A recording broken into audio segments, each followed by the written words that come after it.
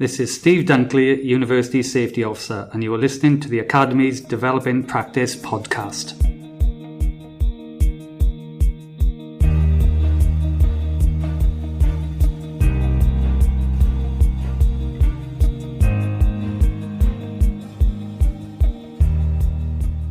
Hello.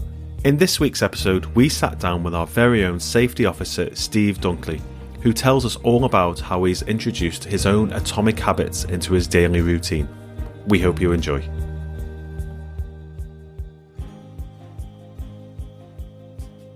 Hi Steve, we're really pleased to be speaking with you today, and we're delighted to have you here to talk about the book Atomic Habits for this Feel Good February special. But before we get started, could you please tell us a little bit about your background and how you have arrived at the position that you're in today? Okay, well, I suppose I went to university in Manchester in the early 80s. I studied psychology. I obviously had an interest in people and behaviour, so I followed that through. I was a big fan of Sigmund Freud and Psychoanalysis, and I still have that interest now.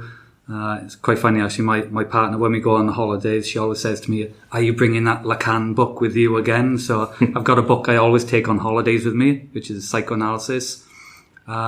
In terms of my work career, I went into the steel industry. While I was there, I actually did some behavioural safety.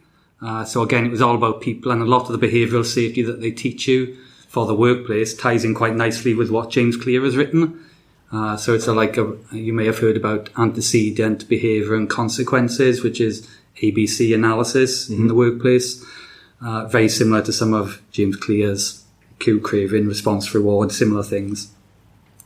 So I think I've always had that interest in people, and I think probably at the start of 2022, I think people may get those moments where they think they want to change their lives in some way, want to improve things.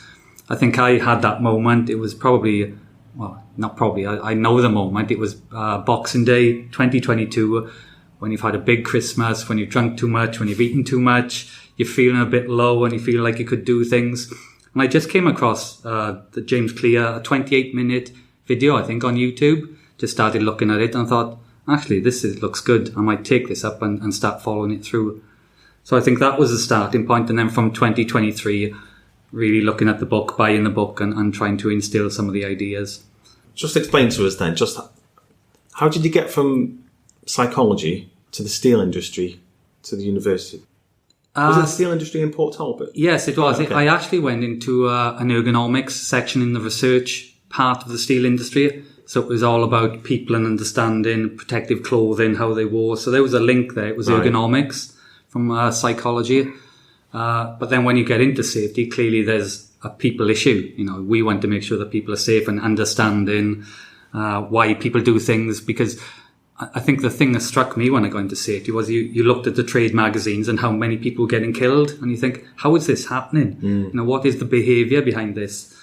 So it probably came along that route, really, ergonomics into health and safety, and then a general interest in people. And I think over the last few years, I've got really back into it. And you know, there's so many books out there, self-help books. They're all interesting reading. Yeah. So. Yeah, we're both into those. Yeah. We've had conversations about which books we like, so there's a lot more podcasts coming up. Yeah, definitely. Coming on to the book, Atomic Habits, there's lots of practical advice in the book. Yeah. What key points in the book stood out to you and sort of set you on this journey with Atomic Habits? I think when you look at the book, the first section is really important. You think Atomic Habits, and it's all about basic things you can do to improve habits. But the first section of the book, I think, is really important. Probably three things that stick in my mind, I think. The first one was about identity, how important it is to know what your identity is. Because when you decide on that and you agree fully and sign up to your identity, then the habits follow. You start building in habits that meet your identity, and there's this habit loop. So, you know, you start doing things that you think are right, feeds into your identity. Your identity starts getting bigger and you believe in it, so you do the right habits. So you get that loop in process. I think actually asking people to set identity can be difficult because you're pinning your flag to the mast. And I think sometimes then feel, what if I fail? You know, what if I don't live up to my identity? But I think it's something that you really need to do, get your identity right. And it doesn't have to be all encompassing. You can just focus on one thing. So like with well-being, feel good February now. You can look at one thing. If it's your well-being, your mental health or your physical health, just start off there. I think the other things, I love the bit about the British cycling team. That's fantastic. This idea of aggregation of marginal gains. It's what the book is all about.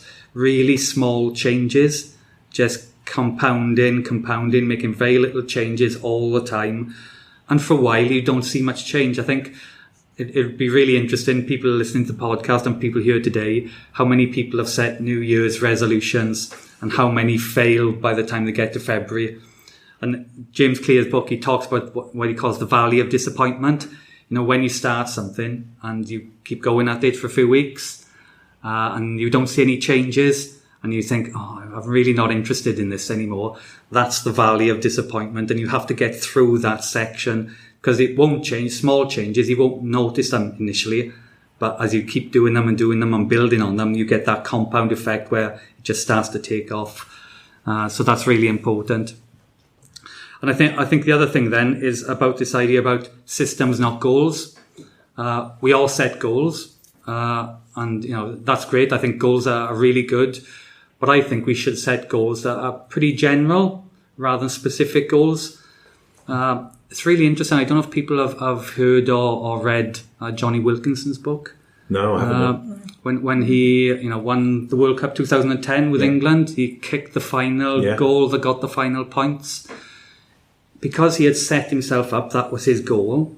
Once he got to it, he said he'd never felt so depressed. He said the minute he kicked the ball left his foot, he went into a downward spiral. And it was because he was at his goal. And there was nothing in the future for him. So it took him time to get over that. And that's why I think if you have goals, they should be quite broad. For example, I've been thinking about this, and my goal really is to be the better person that I can be, the best person I can be, rather than say, I'm going to achieve this or that. And I think that's broad enough to fit in with any of your identity you set up. So one of the first things I did with identity was I wanted to be sort of fitter. Health and well-being was one of the things. So rather than say, I want to be a runner or I want to eat well, I want to be the best person I can be, sort of encapsulates all that because it builds in different identities that you can adopt. So I like that, but going back to this systems, not goals, I think it's important to put the goals aside a little bit and look at the process. For me, it's the process, and I really love the quote at the end of the book where James Clear says, you have to fall in love with boredom. If you're going to do this, it's about the process, and the process won't be easy sometimes. If you're on any change, I always say any change equals pain, whatever the degree of pain, because if you're going to the gym and you start lifting weights, there's pain. If you're going on a diet and you want to give up chocolate, there'll be a little bit of pain at the beginning. So there will always be pain, and you've just got to go along the process and understand that, but stick with it. I think it's really important to stick with the change because of this valley of disappointment. Mm-hmm. So I think that first part of the book really sets it up quite nicely because it hits home to me 3 key important things about habit change. It's not just about, I want to stop chocolate, I'll hide it in the cupboard. It's about the identity and building that and leading that forward. Mm.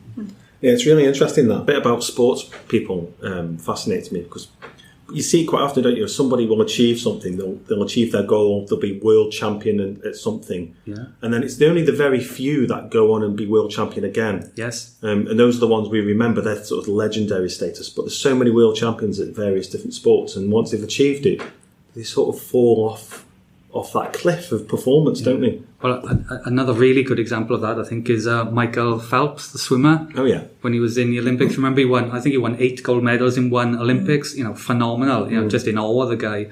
But I think he had his problems after that, doing that. So I think he achieved everything. But I think there were some things in the news and there were some personal issues. So I think there might be things in that. But, Michael Phelps, I just think that man, if you ever want someone to live up to, I think I read in the book somewhere that before the Olympics, 5 years, he never missed a session of training. Never in 5 years. And you think, my God. He said there were probably 100 days in those 5 years where he didn't want to turn up and do the swimming training, but he forced himself. Yeah. And he said that's the difference when you don't want to do it and you get through that moment. Is that what you did? Because what you talked about health, you made a decision with health. Was Yeah. that one of the first things that you looked at? Well, I think what I like about that, and I've taken it from another book, cross purposes here a little bit, but High Performance, Jake Humphreys, what high performers use to achieve what they do. And one thing that stuck out for me was this idea of non-negotiables. It fits in with what James Clear is talking about. You continue and stick with it. So I set in my mind that I wanted to do so many 1,000 steps a day. Really simple thing, nothing too onerous. I'm not a runner in any way, shape or form. But I will say that I've stuck with that from the start of 2023. I've done my steps. I'm up to 20,000 steps now, and I do not miss a day. A day? Don't miss a day. 20,000 steps a day, non-negotiable. So whatever happens, I will find the time. If I'm on holidays, I'll find the time. I'll get up at 4 o'clock. I'll do whatever I need to do. Wow. So, and I think once you start embedding those, and I think that comes back to identity, because for me, health is my number one priority over everything else. Because I believe that if you're not healthy, then how can you help others? Mm-hmm. You have to be healthy in yourself to be present, to bring your A game to whatever you do. So for me, that was always the number one thing, and from that come non-negotiables. So I've got a little morning routine I do, and I get up crazy early. We'll talk about Robin Sharma, 5 a.m. club another time, but getting up early, doing a routine, sticking to it, I think it's really important. It builds something in you. I think discipline and consistency. I've never been one who was that disciplined or that consistent at all in my life until the start of 2023. But it just changes your outlook as well, and those are really important. Being disciplined, being consistent, does change your mindset. So obviously the book suggests that small changes compound over time so you can see quite a dramatic shift. And it sounds like you saw that with your steps plan. Absolutely. From going from 1,000 steps up to 20,000 steps, which is phenomenal. Yeah. And I don't quite know how you find the time to fit that in. Have you seen that change in any other areas of your life? Any other examples where it started off small and it sort of turned into quite a dramatic change? I think there's a lot of things. It may sound really trivial, just being at home and doing some basic habits. Like another habit, this might sound really, really trivial, but one of the things that I got into very early on was I will not leave dishes in the sink overnight. I wanted a habit to have the kitchen clean. My partners will agree with me on this. So I basically said, every time dishes go away, simple thing. And if you come in late from a night out, going to a concert or something, still applies, you do it. But then you start to build in little habits, and I think this thing about habit stacking, do one thing, you think, that feels good. Do you know what? I can just do something else. So I moved from the dishes to wiping the work surfaces down. Do that. Then I thought, well, I can sweep the floor. It's only a small floor. It's a minute job. I don't know about you. Do you have when you make your cup of tea, you have a tea bag and you put it in a little pot with a spoon? You don't take it to the bin? I'm guilty of that. I've even started doing that now. I'll make sure that's empty at the night. So you get this little routine just building in, and people say, God, your life must be so tiresome, so dull. What it does is, because it's so regimented, it frees up time. You think it takes up time, but because I know what to do, habits, you just do it. You get into the flow and then you have time. It's a really strange thing. You think you're just spending so much time on habits, but because it becomes automatic, which is what a habit is, isn't it? You want it to be automatic. You're not thinking about it. Mm-hmm. And that's what I find. If you stick with it over a couple of months, these things, you don't need to think about them. They just do become routine. You just go through the motions without even thinking about it, which is what a habit is, I think. Yeah, definitely. So you've just talked there about a habit where you've stacked the habit. Have you got any other examples of that? I think habit stacking. Well, my morning routine started off that way. I've got up first thing. I wanted to do some sit-ups and press-ups, keep fit. I've read some book that, the older you get, you lose your strength. So you need to build your strength. Right. So I said, right, focus on that. So I started on those and I thought, well, I'm up early. I've got a bit of time. Let's do 20 minutes on a bike. And luckily, one of my partner's friends had given her a bike, indoor bike, exercise bike. Mm-hmm. So I stacked that on top. So 20 minutes bike. Then I thought, well, I'm on a bike. I love reading. I'm going to read while I cycle. So you 20 minutes and you build them up again. So I'm reading on my bike 20 minutes and then I thought, right, need a bit of stretching because I'm not flexible in any way. So I literally have now built up a morning program on just saying, right, a couple of sit-ups, press-ups in the morning just to get fit. So I've even introduced sort of like 20 minutes meditation, which if you'd asked me a year ago about meditation, I would have said, too much woo-woo, not for me. I don't think it'll work. I'm still thinking about it, but I still do it 20 minutes in the morning. After my little exercise, I drink my little glass of water, have my med. So you just build these things up. And I think once you start, it can become addictive. I think James Clear says that it can be really addictive once you get into your habits.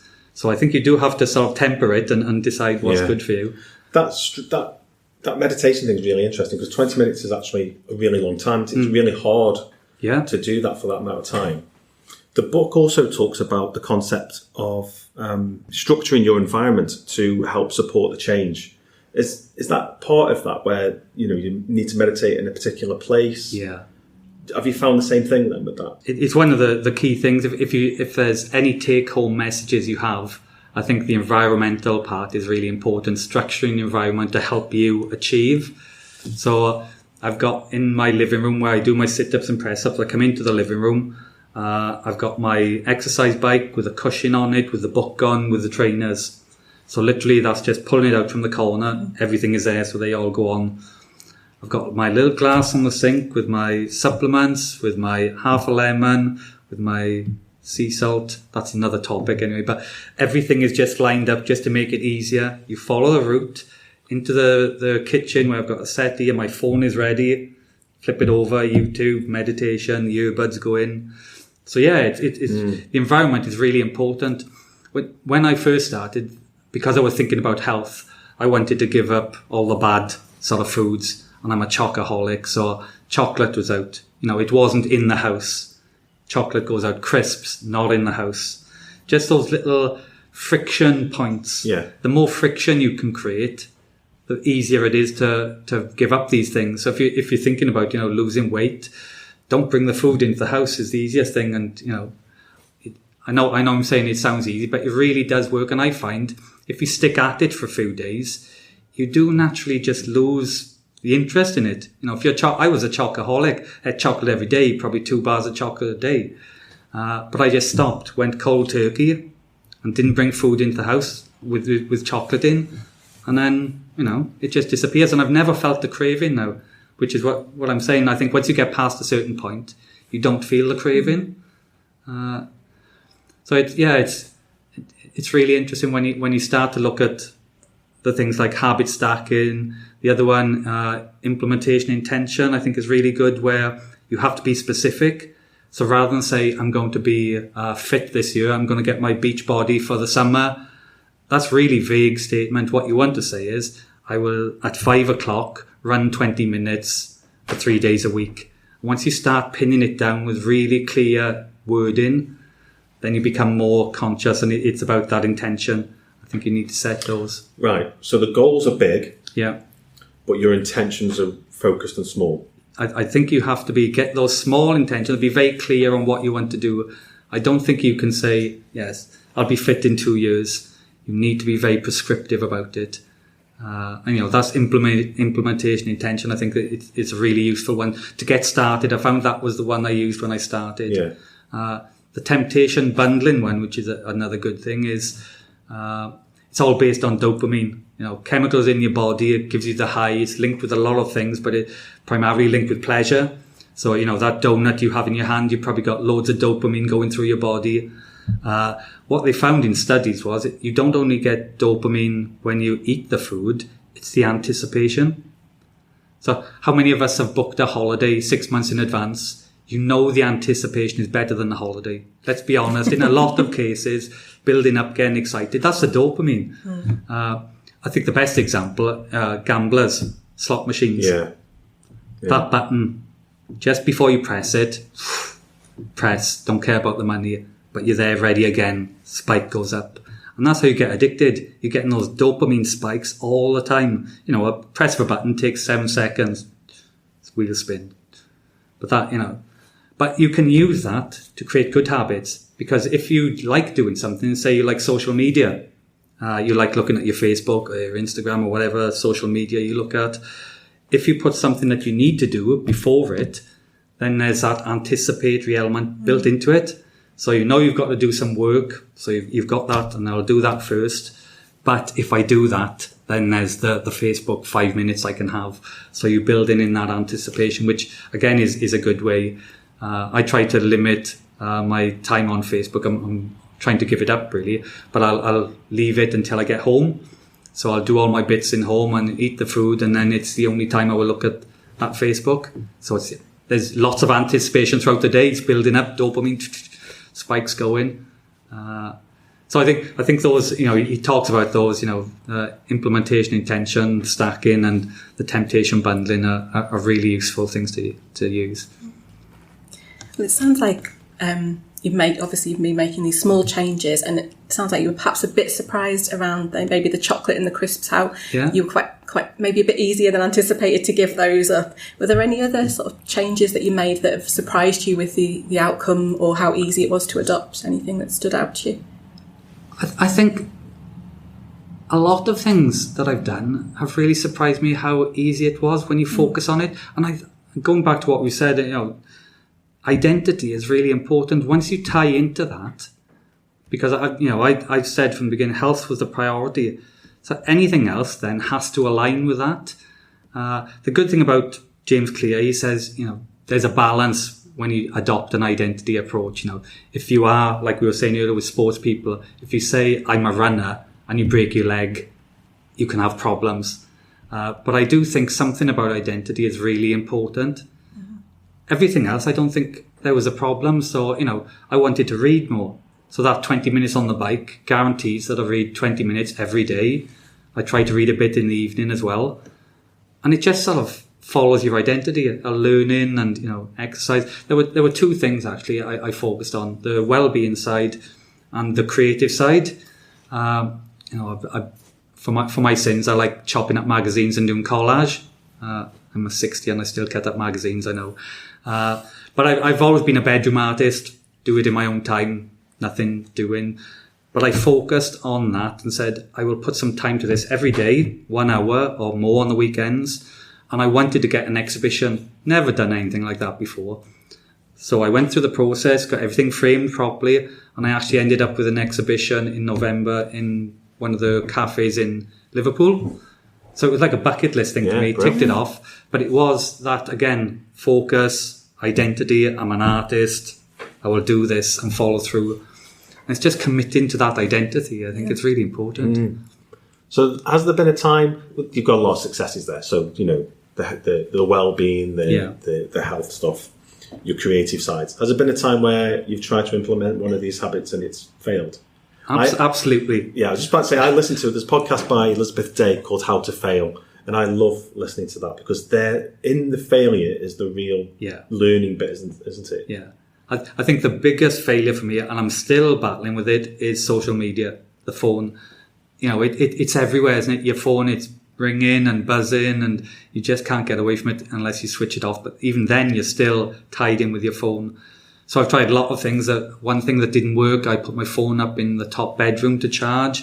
So increasing a bit of friction. I had to go up 2 flights of stairs to get my phone. I would still do it, so that wasn't enough friction. I've actually gone to the route now where, I don't know if you've seen them, these boxes they call K-Safe, where it's got a timer on, you put the plunger, you can set the time. So I like my phone because I listen to podcasts when I do my walk in the morning. So I'm not going to give up my phone. But once I've done that, the phone goes in the box, you set the timer till lunchtime, 3 hours, shake the box, you can't get at your phone. So it's literally, when you think of cue, craving, response, reward, the response is either easy or difficult. I've made it difficult to get to my phone now. I can't get into it unless I break the box. And I'm not going to do that because it cost me £30 odd. So I'm not going to break the box. But that was something I really struggled with, and that's something I'm trying to do now. Mm. I will have to release it at some time to listen to my podcast, and then the temptation is still there. But the other things you can do, and what James says, those one action things you can do, like just delete it off your phone. Delete all your social media apps off your phone. That's one simple action you can take to help as well. But that's definitely a struggle. Yeah. I think social media is a bane of my life. That case safe I've seen them on Amazon. They're really interesting. I haven't bought one. What I find interesting is in work when we're working from home, for example, we have to use an app that generates a code to get us into whatever application we need to use. And I find that a big problem. So when I look at that, I generate the code, I type it in onto my laptop, and then there's a gap there while something loads on the laptop and I've still got my phone in the hand. And I find that a big problem because I don't know how it happens, but I'm in Instagram reels really fast. So there's we're driven to use those phones, aren't we? Definitely. Like the friction to make things easier in our working lives. They're trying to make it frictionless, but actually they're adding friction in another area where it sort of trips us up. Yeah, definitely that entering the 4-digit code sets you back a bit. Yeah, because like you said, I've sometimes had my phone in my jacket on the stand behind me, doing something on a computer. You realise you need the code, and it's like, so I know I've got to get my phone out, and then all of a sudden you see all the messages at the top, and it's there again in your face. So yeah, that doesn't help, if you're trying to lock it up. And if I've locked it up, I can't get into it, so I can't do my work, which is another problem. I've got to wait 3 hours until lunchtime till I can type the code in. So yeah. But with that social media habit, do you think it's enough to reduce the use? Is your goal to completely eliminate it, or is your goal to reduce use of it? Because it sounds like you've achieved the reduction in use of it. Yeah, there's probably a little bit more I'd like to do, I think. I'm not a big fan of phones because for me it just feels there's a lot of bad news. You have automatic news feeds, which is all bad news. That's why I don't watch TV as much now, because it's just all bad news. And it goes back to, Stephen Covey or anybody really. Circle of influence, circle of concern. I can do things in my control. There's a lot of things I can't do yet, they're in your face all the time. So I try to cut that out as well. But yeah, if I had a perfect world, I would have some device which only had the important things on, and there was no temptation. Perhaps I'll have to delete every app, or I don't know. Just go back to the days when we had those big phones, like the size of a house brick. Just go have it as a phone. Yeah. Some members of my family do have. They've hung on to their really old Nokias for that purpose. So there's no smart element. It is just for texting and calling and nothing else. I think I'll have to go back to that system, I think. So you've achieved quite a lot after your first year. Yeah. So it is a year now you've been doing. Yeah, from probably middle of January 2023. Okay. So what habits have you got that you think you need to form in the future, or what's next? I think where I did a short presentation yesterday. I think one of the things I'm not good at and I want to focus on is keeping up with friends and family contact. I need to build better habits on that. I actually wrote 2 letters, one to a pen friend in San Francisco, one to a friend in Manchester. Hello, writing letters, does anybody do that anymore? And I used to really love letter writing and sending things to people. So I'm going to try and push that and get better contact with friends. Again, that goes back to the phones, because you've got WhatsApp and, channels like that with friends. So there's a balance to play there. So definitely want to try and do that.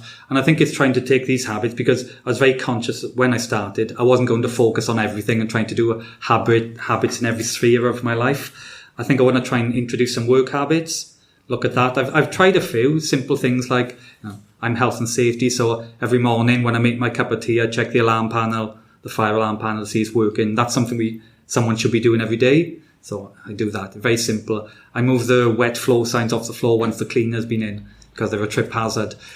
But very trivial, minor things, but I can see there's a lot more scope in that. I'd certainly put something in my calendar, my wellbeing hour. So I've introduced that, and I treat that as important as any other meeting. So I will move and change it if circumstances dictate that, but I won't lose it. So I think that's important. It's Feel Good February, and we're trying to build well-being. I think it's really important that we have something in there for ourselves, well-being. Going back to what I said earlier, we've got to look after ourselves, number one priority. I always tell my partner this phrase, probably sick of me saying it, you've got to look after A to look after B. You've got to put yourself first sometimes to be present for other people, to help them and support them. Certainly, you've got kids and partners. You want to be there to help them, so you've got to be in a good position for that. So yeah, I think friends and family, I've got to improve on that and push it a bit more into work and see how we can develop better habits there. So this is called the Developing Practice podcast, and we like to be able to send the listeners away with sort of 3 to 4 tips that you can share about how they can improve or reflect on their own practice. And I suppose you've already shared the looking after A to take care of B tip, which I think is really important. Is there any other tips you could share with us? I think from reading the book and going through everything over the last few years, I would absolutely say that whatever you do, if you want to get better habits, absolutely start small scale. Don't think you're going to change everything in 2 months, 3 months, 6 months, whatever. This, for me, is a journey. This is not ending in 1 or 2 years. It's just an infinite journey. And I think you need to start small. And it's about developing and understanding and believing that you can do the process. James Clear talks about 2-minute rule. If you want to be a runner, he says, learn to put your trainers on, and that's it. That's a step. And people go, that doesn't make sense. Okay, you won't be a runner, but what you're doing is you're building the habit process. You're turning up, you're doing that thing all the time. And if you've done it for a week, just putting your trainers on, I'm sure the next week you'll think, I'll just go for a run, I'll go for a walk, and it will develop. So I really think starting small, the 2-minute rule is really important. The one I said earlier, absolutely, you have to fall in love with boredom. I think you have to understand that there's no magic wand that you can do this, couple of habits in a week and you solved it. It's a process. But he does talk in the book about how you can develop that, changing your identity slightly, and, how you can build up if you want to improve, there will be an element of change and you have to modify things. I think what he does focus on, and is really important, is a constant review. Because your identity may change. Your life circumstances will change from where we are now to where you'll be in 10 years. I bet everybody in this room will be in a different place. You can't stick to one identity. So you have to be flexible and review that. But the identity idea is really important. So I'd probably send those two things to send away, I think. Brilliant. Well, yeah, thanks for your time today. Been great. Really enjoyable. Thank you.